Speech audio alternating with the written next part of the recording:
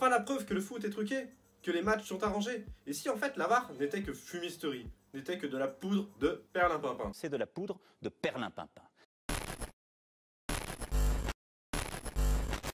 Et maintenant que la VAR est en place dans la plupart des compétitions, on est d'accord, on est en mesure de se poser certaines questions par rapport à certaines choses qu'on peut voir de temps en temps, voire même souvent. Et surtout quand on voit ce qui se passe dans certaines compétitions, il y a vraiment matière à se poser des questions. Bon, alors comme dans ma vidéo sur la preuve que la Coupe du Monde 2018 est truquée, je vois tous les gens anti-complotistes venir me dire « Ouais mais non, c'est pas possible, y a rien qui est truqué, nanani, nanana », avec des arguments recevables et parfois même complètement irrecevables. Ne t'inquiète pas, ça va bien se passer. Et là, à ces gens, j'ai envie de leur répondre une seule et unique chose. Arrêtez de croire qu'on est chez les bisounours. Arrêtez de croire que tout est beau, tout est vrai, que tout le monde est honnête. Dans le foot, et même dans tous les domaines. Ce qui nous amène au sujet du jour, à savoir, est-ce que le foot est truqué? Est-ce qu'il y a de la corruption? Est-ce qu'il y a des arrangements? Oui, bien sûr. Et pour ça, aujourd'hui, on va se pencher sur le cas de la Copa América. Et la Copa América, qu'est-ce que c'est pour ceux qui ne savent pas? Oui, il y a certainement des gens qui ne savent pas ce que c'est que la Copa América. Et bien, tout simplement, c'est l'équivalent de l'Euro en Europe, mais du coup qui se passe en Amérique du Sud, avec des équipes comme Brésil, Argentine, Uruguay, Paraguay, Chili, Venezuela, enfin bref, je vais pas toutes les citer, même si j'y suis presque. Et aujourd'hui, on va se pencher sur le cas du match Brésil-Argentine. Et dans une moindre mesure sur les matchs Chili-Argentine et sur la finale Brésil-Pérou. Et pourquoi s'attarder sur le cas Brésil-Argentine, vous allez me dire? Tout simplement parce que depuis ce match, la polémique autour de l'arbitrage ne cesse de prendre de l'ampleur. C'est une bonne raison, non? Et ensuite, étant donné que les matchs du Brésil étaient diffusés tard dans la nuit, vers les 2-3 heures du matin, et que à côté de ça, j'ai une vie de famille et une vie professionnelle, c'était un petit peu compliqué pour suivre mon équipe de cœur qui est le Brésil. Alors, petite parenthèse, vous noterez que j'ai dit avoir une vie professionnelle à côté de YouTube. Et oui, je ne vis pas de YouTube, et loin de là en fait, hein. Tout ça pour dire que le youtubeur de base ne vit pas forcément du RSA ou n'est pas forcément chercheur chez Pôle emploi.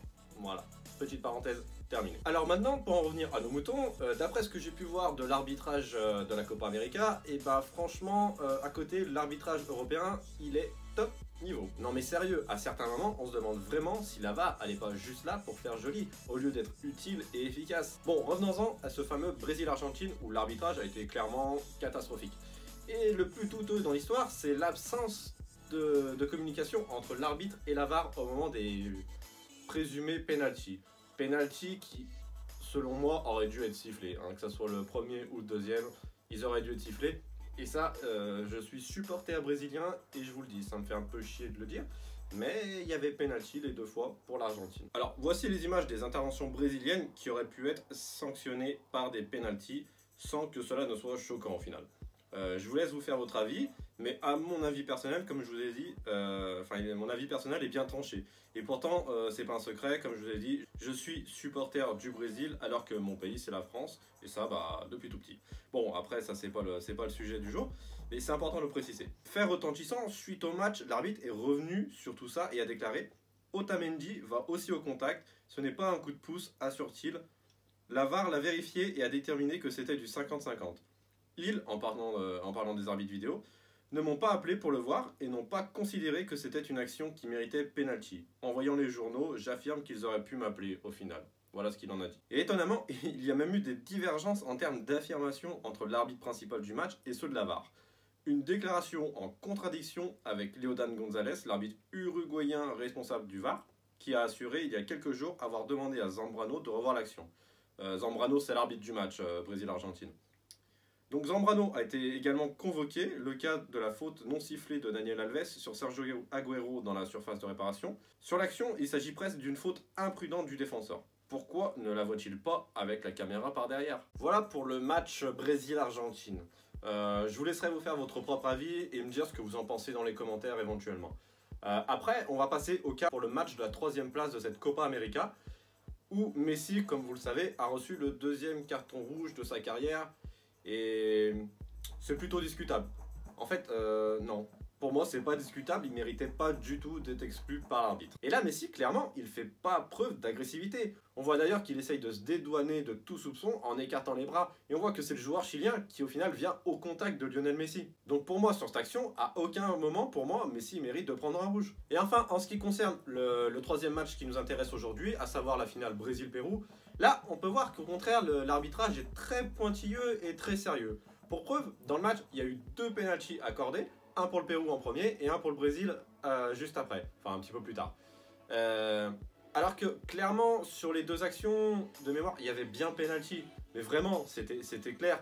Mais l'arbitre a quand même voulu confirmer en voyant les images de la VAR pour cette fois ne pas faire d'erreur, éviter toute erreur et toute controverse possible à l'avenir. Bon, pour conclure cette vidéo, on sait très bien et on le voit très bien, la VAR c'est un très bon outil, mais il y a certaines limites. Surtout quand on voit que ça laisse place à l'interprétation.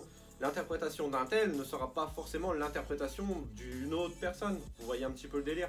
Alors, manipulation, corruption, coup médiatique ou politique par rapport au président Bolsonaro récemment élu au Brésil en janvier 2019 et qui cherchait à redorer un petit peu son image et l'image du Brésil, ça fait partie des choses que on saura vraiment jamais quoi. D'ailleurs, en parlant de Bolsonaro, on le voit fêter la victoire finale du Brésil, coupe en main sur cette photo, histoire sans doute d'adoucir un petit peu les morses et de donner une bonne image de lui, un peu à la manière de notre cher président Macron pour le sac de la France en 2018. Après, on sait tous qu'il y a d'énormes enjeux financiers, voire même politiques, dans le foot. Et qui dit enjeux financiers et profit peut dire beaucoup de choses possibles. Voilà, ça va être tout pour aujourd'hui. J'espère que cette petite vidéo vous aura plu. Si c'est le cas, pensez à liker, partager, commenter, me dire ce que vous en pensez dans les commentaires, me dire votre avis. Et puis on se retrouve très vite pour une prochaine vidéo. Allez, ciao tout le monde!